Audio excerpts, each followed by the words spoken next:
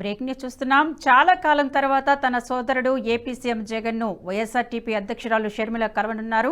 ప్రస్తుతం ఇడుపులపాయలో ఉన్న షర్మిల తన కుటుంబ సభ్యులతో కలిసి తాడేపల్లిలోని జగన్ నివాసానికి వెళ్లనున్నారు. కడప నుంచి ప్రత్యేక విమానంలో వీరు గన్నవరం ఎయిర్పోర్టుకు చేరుకుంటారు. అనంతరం తాడేపల్లిలోని నివాసానికి వెళతారు. ఈ సందర్భంగా తన కుమారుడు రాజారెడ్డి వివాహ ఆహ్వాన పత్రికను జగన్ కు అందిస్తారు. అనంతరం విజయవాడ నుంచి ఢిల్లీకి బయలుదేరతారు. రేపు సోనియా గాంధీ, మల్లికార్జున ఖర్గేలతో ఆమె సమావేశం కానున్నారు. కాంగ్రెస్ పార్టీలో ఆమె చేరబోతుండగా కాంగ్రెస్ అధిష్టానం షర్మిలకు ఏ పదవి ఇస్తుందనే దానిపై ఉత్కంఠ నెలకొంది.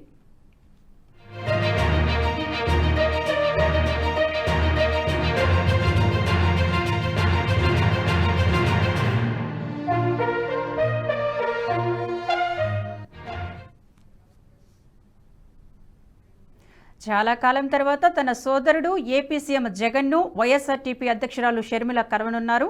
ఇక ఇదే అంశంపై మరిన్ని అప్డేట్స్ అందించడానికి మా ఎగ్జిక్యూటివ్ ఎడిటర్ శివప్రసాద్ లైవ్ లో ఉన్నారు. శివప్రసాద్, చెప్పండి, మీ దగ్గర ఉన్న అప్డేట్స్ ఏంటి? వైఎస్ షర్మిల ఈరోజు జగన్మోహన్ రెడ్డిని కలవనున్నారు. చాలా కాలం తర్వాత వీళ్ళిద్దరి యొక్క సమావేశం జరుగుతోంది. ఇద్దరి మధ్య అనేక రకాలైనటువంటి అంశాల మీద చాలా తీవ్రమైనటువంటి విభేదాలు ఏర్పడినటువంటి పరిస్థితిని మనం చూసాం. గతంలో అత్యంత సన్నిహితంగా అన్నయ్య, తల్లి, షర్మిల ముగ్గురు కలిసి అనేక కార్యక్రమాలు నిర్వహించినటువంటి పరిస్థితి నుంచి అసలు మాట్లాడుకోకుండా ఉండేటటువంటి పరిస్థితి దాకా వీళ్ళిద్దరి మధ్య ఉన్నటువంటి విభేదాలు వెళ్ళినటువంటి విషయం విదితమే. ఆర్థిక వ్యవహారాలు కానీ, ఆస్తులకు సంబంధించినటువంటి పంపకాలు కానీ, లేదా రాజకీయంగా ఆమె యొక్క ప్రస్థానం కానీ, వీటన్నిటికి సంబంధించి ఇద్దరి మధ్య చాలా తీవ్రమైనటువంటి విభేదాలు ఏర్పడ్డాయి. గత కొంతకాలంగా తెలంగాణలో ఎన్నికల ముందు, రాష్ట్ర ఎన్నికలకి ముందు వైఎస్ షర్మిల కాంగ్రెస్ పార్టీలో చేరడానికి సిద్ధమయ్యారు. తన పార్టీని, వైఎస్ఆర్టీపీని కాంగ్రెస్ పార్టీలో విలీనం చేయడానికి కూడా ప్రయత్నం చేశారు. ఈ నేపథ్యంలో అప్పుడు పిసిసి చీఫ్గా ఉన్నటువంటి రేవంత్ రెడ్డి దానికి తీవ్రమైనటువంటి అబ్జెక్షన్ని ఆయన వ్యక్తం చేశారు. ఇప్పుడు కాంగ్రెస్ పార్టీలో చేరడం కానీ, ఇప్పుడు ఇక్కడి నుంచి పోటీ చేయడం కానీ ఇది కరెక్ట్ అయినటువంటి విధానం కాదు. తెలంగాణని ఎంతగా ఓన్ చేసుకున్నా కూడా, తెలంగాణ బిడ్డలను ఎంత చెప్పుకున్నా కూడా ఆంధ్రాకి చెందిన వాళ్ళు అవుతారనేటటువంటి అంశాన్ని చాలా ప్రధానంగా దాంట్లో ప్రస్తావించారు. ఆ తర్వాత షర్మిల మళ్ళీ ఢిల్లీ ప్రయాణమై ఢిల్లీ వెళ్ళిన తర్వాత అక్కడ పెద్దలతో కలిసిన తర్వాత ఆమెకి ఈ అంశం మీద ఒక క్లారిటీ వచ్చింది. అప్పుడు ఆమె కాంగ్రెస్ పార్టీకి మద్దతు ఇస్తున్నట్టుగా ప్రకటించారు. ఆ మేరకే ఎన్నికల్లో కాంగ్రెస్ పార్టీకి తెలంగాణలో మద్దతు ఇచ్చారు. ఇప్పుడు ఆంధ్ర ఎలక్షన్స్ రాబోతున్నటువంటి తరుణంలో ఆంధ్రప్రదేశ్లో కాంగ్రెస్కి ఉనికి లేనటువంటి పరిస్థితిలో ఇప్పుడు షర్మిలని ఆంధ్రాకి తీసుకువెళ్ళడం ద్వారా ఖచ్చితంగా ఆంధ్రప్రదేశ్లో కాంగ్రెస్ పార్టీకి కొంత ఉనికి ఏర్పడుతుంది, కొంత ప్రభావం ఏర్పడుతుంది అనేటటువంటి నమ్మకం కాంగ్రెస్ అధిష్టానానికి కలిగినట్టుంది. ఈ మొత్తం వ్యవహారాన్ని మొత్తాన్ని తెలంగాణ ముఖ్యమంత్రి రేవంత్ రెడ్డి స్వయంగా హ్యాండిల్ చేస్తున్నట్టుగా సమాచారం ఉంది.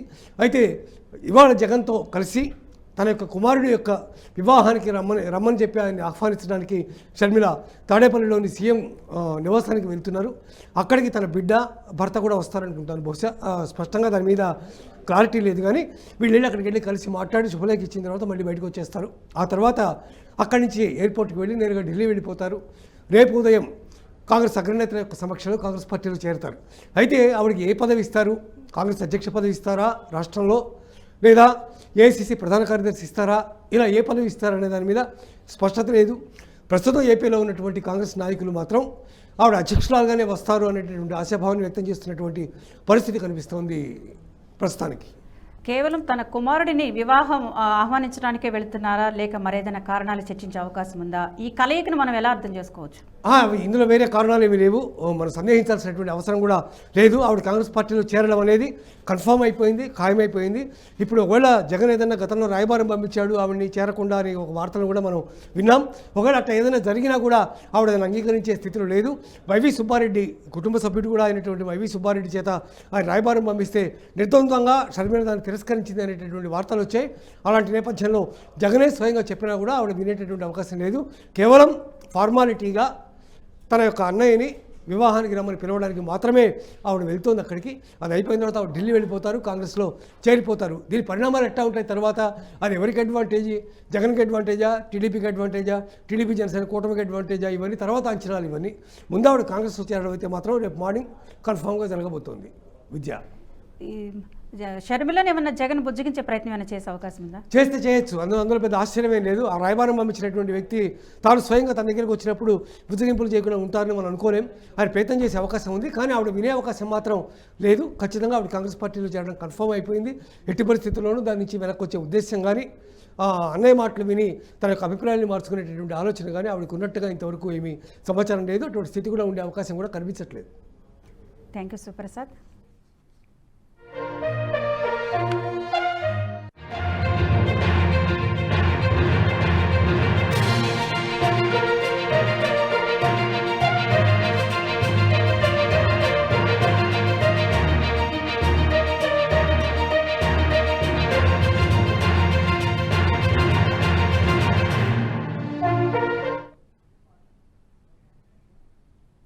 ఈ వీడియో మీకు నచ్చినట్టయితే లైక్ చేయండి, 10 మందికి షేర్ చేయండి. అలాగే కామెంట్ల రూపంలో మీ అభిప్రాయాలను మాతో పంచుకోండి. Nationalist hub group of channels ను సబ్స్క్రైబ్ చేసుకుని తెలుగునాట జాతీయవాద జర్నలిజాన్ని ప్రోత్సహించండి. ఈ వీడియో కింద ఉన్న బెల్ ఐకాన్ పై క్లిక్ చేయడం మర్చిపోవద్దు.